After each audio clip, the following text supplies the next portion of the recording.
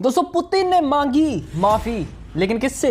Israel से। क्यों, कब, कैसे? इसराइल से क्यों माफी मांगी? जो आदमी यूएस के सामने नहीं झुका, यूरोप के सामने नहीं झुका, पूरे यूरोप के सामने नहीं झुका, जो आदमी यूएस बोलता रहेगा कि वॉर रोक दो, वॉर रोक दो, ये जब रशिया यूक्रेन वॉर चल रही थी, वॉर रोक दो, मत हमला करो, ये वो, लेकिन तब भी वो आदमी नहीं देखा और आज वो माफी मांग रहा है इसराइल से। ऐसा क्या हो गया? तो बात करेंगे इसी के बारे में आज पूरी वीडियो में। लेकिन उससे पहले आप एक और तगड़ी चीज कर सकते हो, वो कर सकते हो कि नीचे लाल कलर का जो सब्सक्राइब का बटन है ना, उसे छोड़ दो, उसमें जंग छिड़ा दो, ठीक है? जितने लोग मिल रहे हैं सबको बोलो कि सब्सक्राइब करें और साथ में बेल आइकन दबाना जरूरी है, क्योंकि नोटिफिकेशन नहीं मिलेगा फिर आपको ऐसी नई नई तगड़ी वीडियो का। अब ये सॉरी थैंक यू आने से पहले इससे हम डिस्कस करेंगे कि इसराइल क्या चीज़ है। दोस्तों इसराइल एक बहुत छोटा सा देश है। आप मैप में देखोगे तो शायद दिखे भी ना, ग्लोबल मैप में, लेकिन कहते हैं ना वो छोटा पैकेट बड़ा धमाका, तो ऐसे वाला सीन है इसके साथ। इसराइल के बारे में बात करें तो यहाँ पे यहूदी लोग रहते हैं। जी हाँ, यहूदी मतलब कि ज्यूइश लोग रहते हैं यहाँ पे। और ज्यूइश की हिस्ट्री तो आप जानते होंगे कि कैसी हिस्ट्री रही है उनकी हिटलर के साथ। हिटलर ने उस टाइम पे इन्हें वर्ल्ड वॉर 2 के टाइम पे इन्हें चुन चुन के मारा था। इनके अलग से कैंप बनाए गए थे जहाँ इन्हें बहुत बुरी तरह से मारा जाता था, बहुत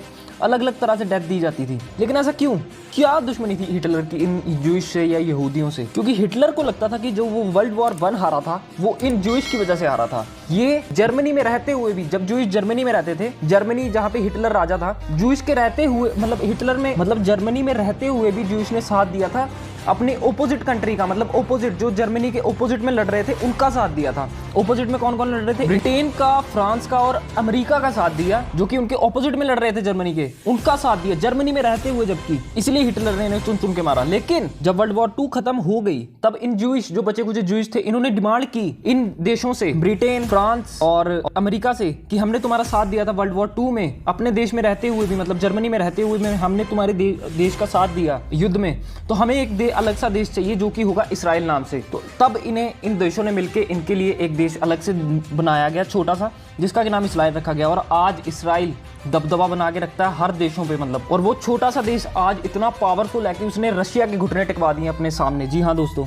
ये तो आपने जान लिया होगा कि इसराइल कैसे बना, क्या उसकी बैक स्टोरी थी, हमने आपको सब बता दी। लेकिन अब जानते हैं कि किस लिए पावरफुल, किस लिए, कैसे इतना पावरफुल है इसराइल आज तक, इतना कम पॉपुलेटेड होने के कारण, और क्या इतना छोटा होने के कारण कैसे इतना पावरफुल है, जो कि इतनी मतलब इतना बड़ा रशिया उससे डर रहा है। मोसाद, जी हाँ दोस्तों, इसकी सीक्रेट एजेंसी दोस्तों, जो कि इनकी इंटेलिजेंस खुफिया एजेंसी है, इससे पूरा वर्ल्ड डरता है। जी हाँ दोस्तों, एक किस्सा आपको सुनाता हूँ, आपने शायद सुना भी होगा।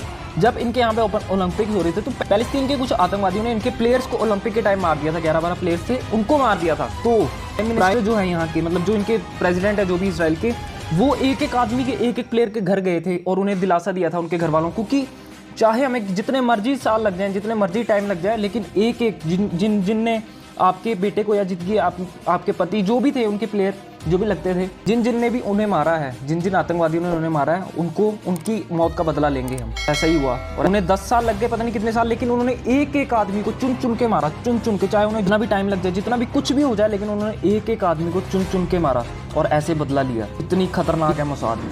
और इसराइल एक ऐसा पहला देश है जो कि पूरा बैलिस्टिक मिसाइल से कवर्ड है। अगर उसके ऊपर आप कोई भी मतलब हमला करते हो, एयर मिसाइल या कुछ भी डालते हो, वो हवा में ही फट जाएगी, हवा में ही जमीन तक पहुंचेगी नहीं। जी हाँ दोस्तों, इतना पावरफुल है। और उसकी हर एक चीज होटल तक सुरक्षित है, जहाँ पे प्राइम मिनिस्टर, बाकी देश के प्राइम मिनिस्टर आके रुकते हैं, वहाँ पे मीटिंग करते हैं। वहाँ पे अगर आपने एक रूम में बम गिरा दिया, मतलब एक रूम में, मतलब बाहर से आपने गिराया, एक रूम में फट गया, दूसरे रूम में पता भी नहीं चलेगा। इतना मतलब सिक्योर्ड कंट्री है। और साथ में उन्होंने हर जगह बंकर बना रखे, क्योंकि उन्हें पता है उनकी पॉपुलेशन बहुत कम है, तो अगर कुछ भी हो जाए तो उन्होंने बंकर हर जगह, पार्क में बंकर बना रखे हैं, स्कूल में बंकर, होटल के साथ बंकर, हर जगह बंकर बना रखे हैं, ताकि इमरजेंसी के टाइम बंदे वहाँ पे जाके छुप जाएं। तो अब इतना कुछ तो आपने जान लिया इसराइल के बारे में कि कितना शक्तिशाली और कितना पावरफुल है।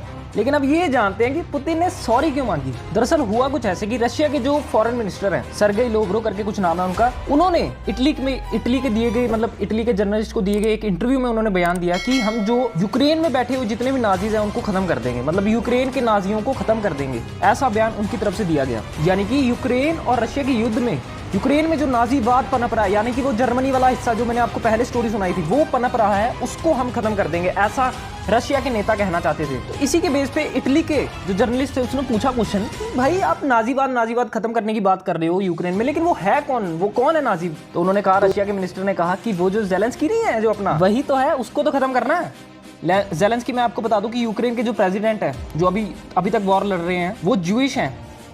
अब उनके कहने का मतलब ये था कि जो जेलेंस्की हैं वो नाजी हैं, जो कि असल में यहूदी हैं, उनका धर्म यहूदी है, लेकिन उन्हें नाजी कहा। अब यहाँ पे रशिया के मिनिस्टर कंफ्यूज हो गए कि यार ये नाजी है कि ज्यूश, ये मतलब क्या मतलब। और जर्नलिस्ट भी गेमर होते हैं, मैं आपको सही बताऊँ, ये लड़ाई लगवाते हैं। तो उन्होंने फिर एक क्वेश्चन पूछा कि भाई आप कहना क्या चाहते हो कि मतलब जो जेलेंस्की हैं वो मतलब अडॉल्फ हिटलर वाली मानसिकता रखते हैं। अब यहाँ पे नेताजी कंफ्यूज हो गए, वो कहते क्या ना चल रहा है, नाजी हिटलर ये वो हैं। तो उन्होंने एक कन्फ्यूजन के चक्कर में आगे कुछ बोल दिया जिससे रिलेटेड की पुतिन को माफ़ी मांगनी पड़ी बाद में। तो क्या बोला उन्हें बोला कि जो भाई ये जो है ना हिटलर अपना जो था वो यहूदी था। अरे भाई साहब, भाई हिटलर यहूदी कैसे हो गया? उसने मतलब अगर वो यहूदी होता तो मतलब यहूदियों की जान लेता। आपको पता है कि मैंने आपको पहले स्टोरी बताई कि हिटलर ने क्या किया, यहूदियों की जान ली। क्यों? क्योंकि वो उनके साथ नहीं लड़ा, मतलब कि वो उनके साथ नहीं लड़े, उनके देश की तरफ से नहीं लड़े, उन्होंने दूसरी ओपोजिशन अपने दुश्मनों का साथ दिया। हिटलर यहूदी होकर यहूदियों को कैसे मार सकता है, समझे? इसलिए हिटलर यहूदी नहीं था। इस मिनिस्टर ने वहाँ पे जाके वो बोल दिया ऐसे कि मतलब हिटलर यहूदी था, तो मतलब इसराइल इसी बात पे भड़क गया। भाई हमें ऐसे कैसे बोल दिया? भाई हम जैसे लोग, नॉर्मल लोग कंफ्यूज हो सकते हैं, लेकिन यार वो जो फॉरेन मिनिस्टर, आपको पता है कितनी बड़ी मतलब पोस्ट होती है, वो कंफ्यूज होके ऐसे बोल दे रहा है, मतलब तो यार आप समझो फिर आगे क्या चल रहा है रशिया में। अब यहाँ पे इसराइल की सड़क गई, कहता बेटा हम वो नहीं बचे जो पहले हुआ करते थे उस टाइम पे, अब अगर हमारी सड़क गई ना तो तुम्हारी भिड़क जाएगी, ठीक है ना? जो तुम युद्ध कर रहे हो ना, अगर यूक्रेन की साइड हम आ गए ना इसराइल वाले, तो तुम्हारी फिर ऐसी लेनी देनी करेंगे ना, फिर तुम याद रखोगे। तो ऐसे में रशिया की मतलब रशिया हो गया लाल पीला हो गया रशिया, और रशिया लाल पीला होने के कारण फिर पुतिन को सामने आना पड़ा। पुतिन को आके फिर माफ़ी मांगनी पड़ी कि I apologize for this statement which is given by the our foreign minister, ये वगैरह वगैरह फलाना ढिमकाना कि हमारे फॉरेन मिनिस्टर भाई बौखला गए थे वहाँ जाके और कुछ भी बोल आए हैं, तो इस पर विश्वास ना करें, हम माफ़ी मांगते हैं इस स्टेटमेंट के कारण। तो तब जाके भाई इसराइल समझा, इसराइल ठंडा पड़ा, कहता हाँ ऐसे दब के रहना है, ठीक है ना, ज़्यादा नहीं बोलना, ज़्यादा उड़ोगे तो दफना दिए जाओगे, समझे ना? तो कैसी लगी आपको इन्फॉर्मेशन, कैसी लगी आपको ये जानकारी, हमें कमेंट सेक्शन में जरूर बताना। आपका कोई भी कमेंट, सवाल, सुझाव जो भी होगा हमें कमेंट सेक्शन में जरूर बताना, हम उसका उत्तर देने की कोशिश जरूर करेंगे। और चैनल को जरूर सब्सक्राइब करके जाना और बेल आइकन को जरूर दबाना। और इस वीडियो को अगर आपको लगता है कि शेयर करने लायक है तो अपने मित्रों तक जरूर शेयर करें इसे।